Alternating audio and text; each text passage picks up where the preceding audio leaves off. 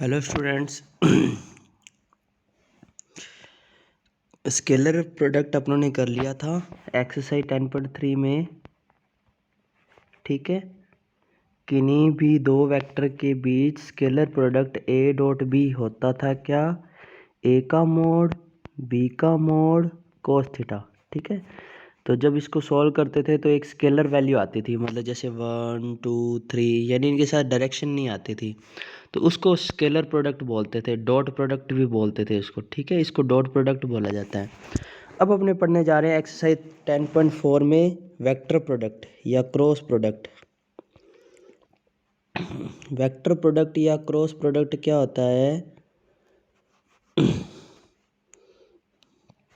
ये ठीक है, इसमें आपके जो भी अगर किसी अपने दो वेक्टर को मल्टीप्लाई करते हैं तो हमेशा क्या आएगी? वेक्टर वैल्यू आएगी। जैसे ए का मोड, बी का मोड, साइन थीटा, यहाँ तक तो स्केलर है। इसके साथ एक एन कैप लग जाएगा। ये एन कैप क्या होएगा? जो इन दोनों के परपेंडिकुलर वेक्टर होगा। जैसे इसमें अपने दे रखा है, ये देखो, ये बोल रहा है अगर x और y को अपने प्रोडक्ट करते हैं तो इसके साथ जो परपेंडिकुलर है वो उसकी डायरेक्शन में आएगी, ध्यान रखना। ठीक है, अब जैसे इसका ये फॉर्मूला होता है, याद रख लीजिएगा। a cross b equal to होता है क्या? a का मोड, b का mod, sine theta, n cap. ये फॉर्मूला लगेगा पूरे चैप्टर में, ये आपको अच्छे से याद होना चाहिए। ठीक है, एन कैप साथ में जरूर आएगा। ठीक है, और कोस थीटा होता है तो एन कैप हट जाता है। अब देखो पहला पॉइंट, ए क्रॉस बी हमेशा वेक्टर होता है क्योंकि एन कैप आपको पता है डायरेक्शन आती है उसके साथ। ठीक है, तो ये पॉइंट आपको पहला याद होना चाहिए। ठीक है, अगर ए और बी वेक्टर दो नॉन जीरो हैं, ए क्रॉस बी तभी जीरो होगा जब उनके बीच एंगल जीरो हो, पैरेलल हो, कोलिनियर हो। तो ये कंडीशन होती है। बी प्रूव दैट दो, आपके पास क्वेश्चन आएगा भी दो वेक्टर कोलिनियर है, इसको प्रूफ करके दिखाओ। तो ए क्रॉस बी की वैल्यू जीरो आनी चाहिए। क्यों? क्योंकि आपको पता है ए क्रॉस बी, मैंने आपको बताया अभी क्या होता है। ए का मोड, बी का mod, sine theta, n cap, where theta की वैल्यू अगर मैं जीरो रखता हूँ। जीरो क्यों रख रहा हूँ? क्योंकि दोनों वेक्टर पैरेलल है या कोलिनियर है। तो अगर मैं ये जीरो रखता हूँ तो ये सारा जीरो हो जाता है, इसलिए ए क्रॉस बी जीरो आएगा। इट मीन ये दोनों पैरेलल है। ये इम्पोर्टेंट है, काम आने वाला है। कोई दो वेक्टर पैरेलल या कोलिनियर हो तो उसके ए क्रॉस बी की वैल्यू क्या होती है? जीरो होती है। ठीक है स्टूडेंट, अगर दो वेक्टर सेम हो, क्या मतलब है इसका? सेम हो, तो उनके बीच भी एंगल जीरो बनता है, तो इसलिए ए क्रॉस ए भी क्या होगा? जीरो। तो ये भी आप याद रखिएगा। ठीक है स्टूडेंट, समझ आ गया? अब देखो नेक्स्ट, अगर थीटा पाई बाय 2 है तो ए क्रॉस बी का मोड आएगा यहाँ। ए क्रॉस बी का मोड इजकल टू होता है ए का मोड, बी का मोड, साइन थीटा की वैल्यू पाई बाय 2 है, और साथ में एन कैप का मोड आएगा। ठीक है, क्योंकि दोनों तरफ मोड है ना, तो ये तो 1 हो जाएगा क्योंकि साइन 90 1 होता है, और ये भी 1 हो जाएगा। इसलिए ए क्रॉस बी का मोड इजकल टू क्या होता है? ए का मोड, बी का मोड। तो ये भी ध्यान रखिएगा। अब ये इम्पोर्टेंट है, ए क्रॉस ए मैंने आपको बताया था जीरो होता है कोई सेम वेक्टर का।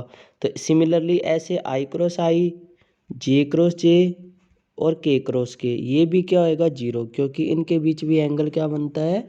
सेम। तो ये तो आपको सीधा याद हो जाएगा। ठीक है, ये आपके क्वेश्चन में काम आएंगे।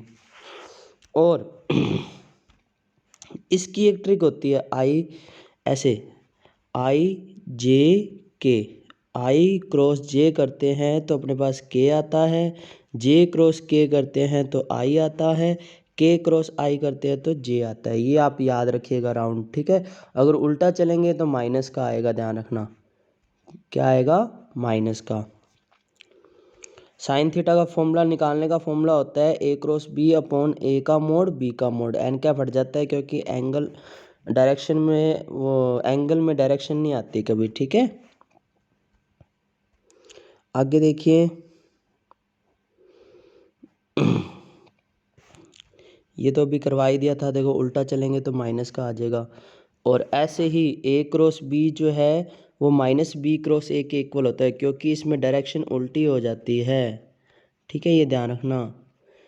ये जो वेक्टर है, वेक्टर प्रोडक्ट जो होता है वो एक वेक्टर वैल्यू होती है, और वेक्टर वैल्यू की अगर मैं डायरेक्शन चेंज करता हूँ, जैसे आई कैप इधर जा रहा है तो उल्टा लेंगे तो माइनस आई कैप हो जाता है, ध्यान रखना। ठीक है, अगर 5 इधर जा रहा है 5 होता, और 5 को अपने डायरेक्शन चेंज नहीं कर सकते, वेक्टर की डायरेक्शन चेंज करते माइनस आ जाता है।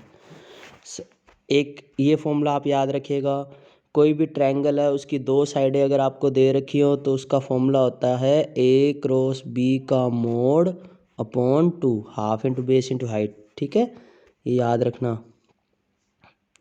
और पैरेललोग्राम का हाफ हटा देते हैं बस, ए क्रॉस बी।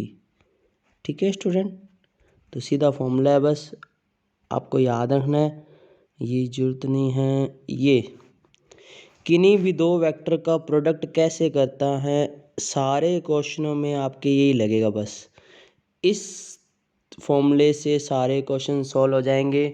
डिटरमिनेट तरीके से इसको सॉल्व किया जाता है स्टूडेंट।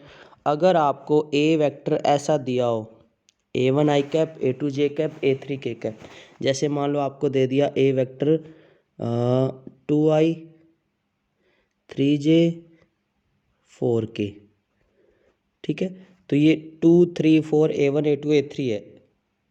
सबसे पहले तो लिखेंगे आई जे के, फिर लिखेंगे 2 3 4। बी वेक्टर आपको दे दिया 5i 2j 3k, तो यहाँ 5 2 3 यहाँ नीचे लाइन में लिखेंगे, पहले ए वाले फिर बी वाले। और फिर आपको ये डिटरमिनेंट सॉल्व करना सिखाया ही हुआ है 4th चैप्टर में। आई को छोड़ते हैं, इन दोनों का मल्टीप्लाई, जे को छोड़ते हैं माइनस का, फिर ठीक है बस वैल्यू पुट कर देना, ये आपको आता ही होएगा। ठीक है, ये नहीं तो ये फॉर्मूला होता है। ठीक है, सॉल्व करके इसको दिखाया हुआ है, देख लो, A2 B3 minus B2 A3।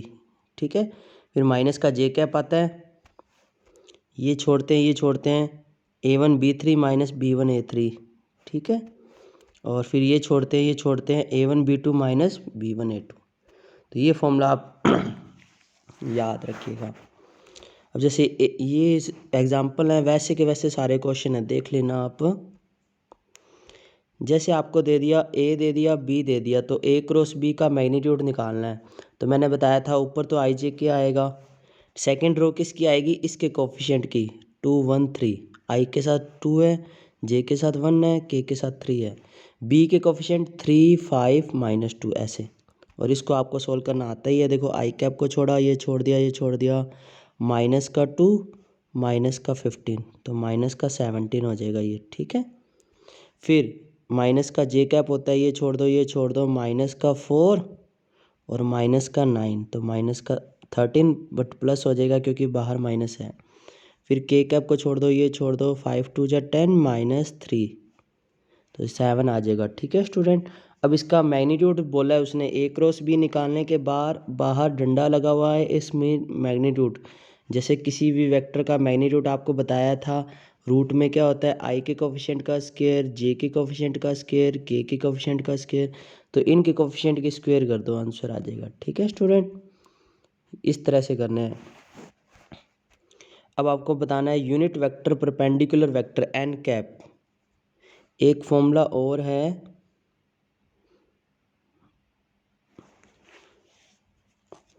Perpendicular vector का फॉर्मूला क्या होता है, एक ध्यान रखना, एन कैप इजिकल टू होता है ए वेक्टर क्रॉस बी वेक्टर। ठीक है, अपॉन ए क्रॉस बी का मैग्नीट्यूड। ये एक फॉर्मूला आप याद रखना, ऊपर आया भी होगा आई थिंक, मैं आपको दिखा देता हूँ, वो रह गया था।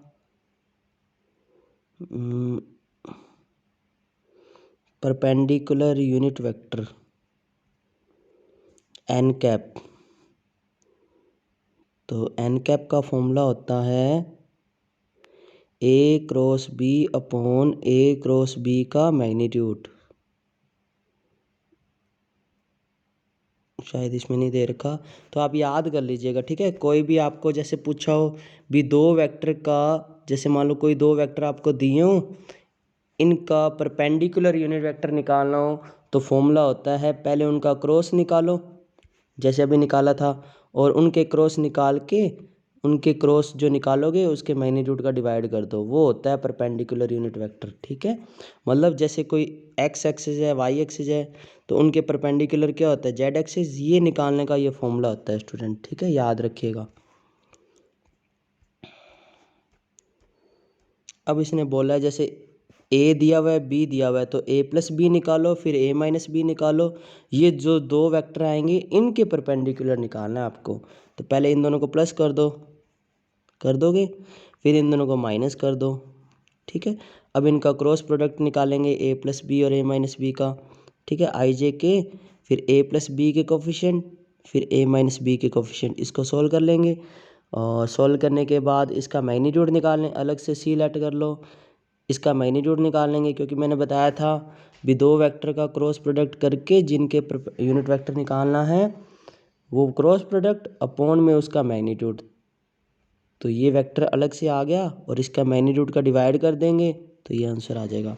इसलिए इसको यूनिट वेक्टर को ये बोलते हैं। ठीक है, एरिया ऑफ ट्रायंगल, ये आपके क्वेश्चन है सेम टू सेम। तो आपको बताया था हाफ इंटू ए क्रॉस बी होता है।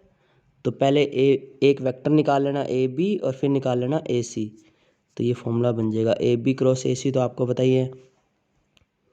ठीक है स्टूडेंट, अब पैरेललोग्राम का सीधा ए क्रॉस बी होता है, सीधा इनको ए क्रॉस बी करना है। ठीक है, तो ये वाला क्वेश्चन एग्जाम्पल में था, ये भी एग्जाम्पल में था। ठीक है, और ये भी एग्जाम्पल में था, और ये भी एग्जाम्पल में था। तो ये चार क्वेश्चन मैं आपको दे रहा हूँ जो आप ट्राई करेंगे। ठीक है स्टूडेंट, और इसका आंसर मुझे करके दिखाएंगे अपनी नोटबुक में। ठीक है स्टूडेंट, समझ आ गया यहाँ तक? बाकी करेंगे नेक्स्ट वीडियो में। Thank you.